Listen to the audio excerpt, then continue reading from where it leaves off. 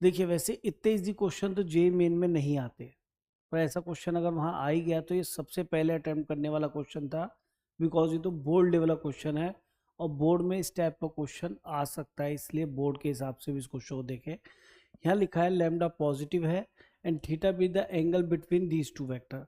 तो देखिए जैसे ही हमें दो वेक्टर्स के बीच के एंगल की बात यहाँ नजर आई तो हमें अपना डॉट प्रोडक्ट याद आना चाहिए, क्योंकि कभी भी एंगल की बात करते हैं तो हम डॉट प्रोडक्ट से ही जाते हैं।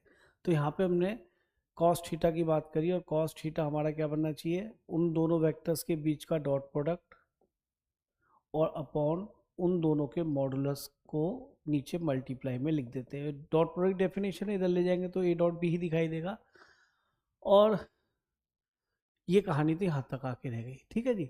और डॉट प्रोडक्ट अगर हमें करना चाहे तो हमें दिख ही जाएगा, ये कितना मिलता है आपको, 3 माइनस लेमडा, 3 - और के को के कोफिशिएंट से मल्टीप्लाई करेंगे तो -6 अपॉन रूट में क्या नजर आएगा यहाँ पे 1 प्लस लेमडा स्क्वायर प्लस 9 और रूट में यहाँ क्या नजर आएगा 9 plus 1 plus 4 that is cos theta.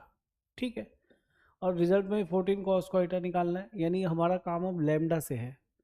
उसके लिए आगे इन्फॉर्मेशन है, कहता है a plus B and a minus B are mutually perpendicular. और जैसे हमें पता पड़ता है कि दो वेक्टर्स के बीच में एंगल 90 है तो इसका meaning their dot product is 0।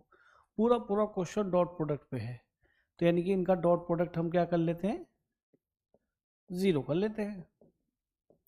तो अब देखिए डिस्ट्रीब्यूटिव होता है तो ये a dot A mod of A square बनेगा, फिर ये बनेगा minus of a dot B and that is b dot A और दैट इज माइनस का minus mod of B square B dot B. तो इससे ये दोनों कैंसिल हो जाएंगे, कम्यूटेटिव होता है, इसको हम a डॉट बी भी लिख सकते हो तो ये कैंसिल हो जाएगा। तो mod of A square equal to mod of B square, इससे शायद हमें लैम्डा ऑब्टेन हो जाए। तो मॉड ऑफ ए स्क्वायर कितना बनेगा, coefficient of I square coefficient of J square plus coefficient of K square equal to 9 plus 1 plus 4। आप समझ रहे होंगे यहाँ से लिख रहे हैं। तो देखिए 9 भी कैंसिल हो गया, ये भी कैंसिल हो गया और लैम्डा स्क्वायर हमें मिल गया 4 और लैम्डा की वैल्यू आ गई +-2। But it is given to us that lambda is positive, यानी कि लैम्डा की वैल्यू कितनी होगी, 2 होगी।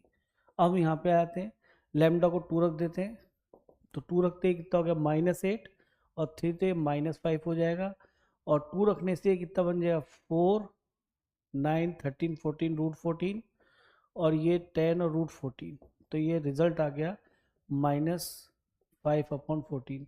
तो देखिए कितना आसान उन्होंने पूछ लिया, इधर 14 को मल्टीप्लाई कर लीजिए, 14 cos थीटा इक्वल टू -5 और इसका स्क्वायर पूछा गया तो 25। तो शायद इससे आसान क्वेश्चन तो नहीं बना होगा, क्योंकि जैसा यूजुअली हम स्टार्टिंग से डॉट प्रोडक्ट में पढ़ते हैं वही सारे कंसेप्ट इसके अंदर यूज हुए हैं।